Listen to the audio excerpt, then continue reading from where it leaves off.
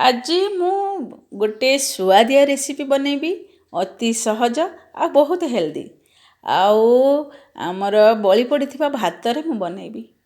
जदि आमर किछि बळका भात रहि जाइथाय आमे ता देहरे केमिति सुआदिया रेसिपीटे बनैई परिबा खाइ परिबा। छोट पिला माने बहुत पसंद करिवे, बड़ माने भी खाइ परिबे। अति सहजरे सुआदिया रेसिपी बळका भात को आमे व्यवहार करी ए रेसिपीटे बनैबा। अति सहज आ भेरी टेस्टी। चलते स्टार्ट करवा।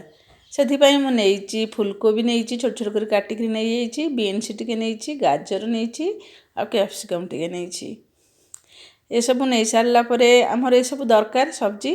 तापर टमाटो टी नहीं अदा नहीं छोट छोट कर काटिक टी नहीं आ धनिया पत्र नहीं ये सब नहीं सारा मुझे कड़ई रे घी टी दे 2 चामच घी देपर जीरा टी देली तापर टी हिंगु दबा टिके बादाम पकईदेली तापर टिके काजू तापर छोट छोट काटी अदा को मुझे देदेली तापर टमाटो को देदेबा काटी टमाटो गुड़ी को देदेबा टमाटो को दे सारा पर घांटी दबा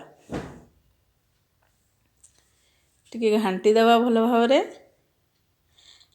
तापर दबा आम जो सब्जी गुड़ी को सब काटी देदेबा छोट छोट कर काटी सब सब्जी गुड़ी को आम देदेबा।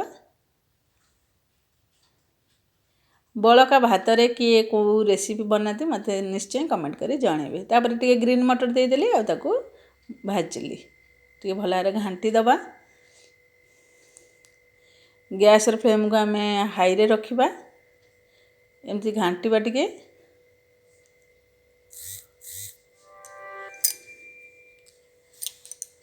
किछि समय घांटिला परे टिके देखंतु तापरे लूण देदेबा तापर टिके लंका गुंड अल्प टिके लंका गुंड देछि आ टिके फ्राइड राइस रो मसला। मु फ्राइड राइस बनाउछि अति सहज और स्वादिया शीघ्र भी बनी पारे एमती बनै करी आमे आगु खाइ परिबा। फ्राइड राइस तापरे देखंतु एबे हमर मसलाटा हेई गला सब्जी पत्र जहाँ सब पकईथिले बढ़िया भागे पूरा सिझी भी गलानी। तापर एबे आमे से भात गुड़ी को दबा देखंतु यही भात काली रातिर बंची थिला आ सेटा मु दे देबी। भात गुड़ी को दे सारला परे आमे ताकू घांटीबा सबु तो पकई देइछे खाली भात गुड़ी को भलो भाव घांटी दबा आ रेडी हे जिवो हमर फ्राइड राइस। अति सहजरे शीघ्र बनी पारथबा रेसिपीटे सबु सब्जी भी आम देइछे जोटा कि हेल्दी भी रहिबो। छोट पिला माने बहुत पसंद करिवे, पिला टिके चटपटा खाया पय बेसी पसंद करंती। तापर टिके धनिया पत्र दे देबा काटिकरी सबु देई सारला परे भलो भाबरे मिसई दबा। देखंतु केते सुखा सुखा हेइछि आ बढ़िया भावरे बनी भी जाइछि।